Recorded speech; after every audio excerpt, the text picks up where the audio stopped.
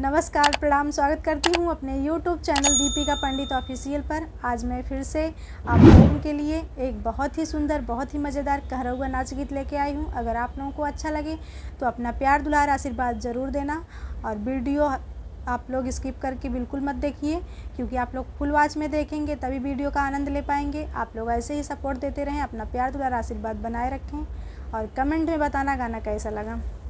हम ऐसन नारी कहाँ पैब बेईमानऊ, हम ऐसन नारी कहाँ पैब बेईमानऊ। साझवई की सोई थी उठा थी दोपहरिया, साझवई की सोई थी उठा थी दोपहरिया। आंगना बटोरी की दुआर बेईमानऊ, आंगना बटोरी की दुआर बेईमानऊ। हम ऐसन नारी कहाँ पैब बेईमानऊ, हम ऐसन नारी कहाँ पैब बेईमानऊ। शेर भरी चौरा सवाई शेर दलिया, शेर भरी चौरा सवाई शेर दलिया।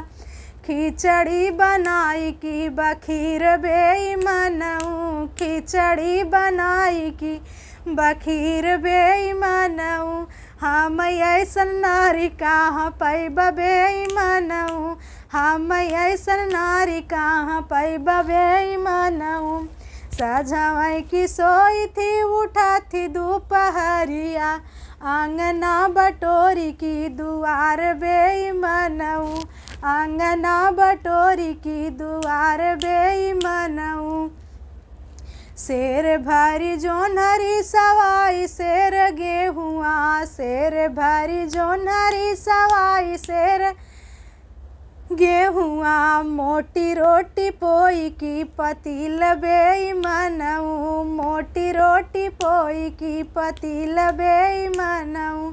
हम ऐसन नारी कहाँ पैब बेईमानऊ।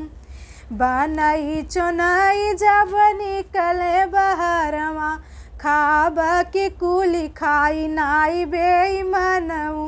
बनई चुनई जब निकले बहरवा, खाब की कुली खाई नाई बेईमानऊ। हम ऐसन नारी कहाँ पैब बेईमानऊ। कवनौ जुगतिया बतावा मोरी ननदी, सैया मिलनियन बोललू ना। कवनौ जुगतिया बतावा मोरी ननदी, सैया मिलनियन बोललू ना।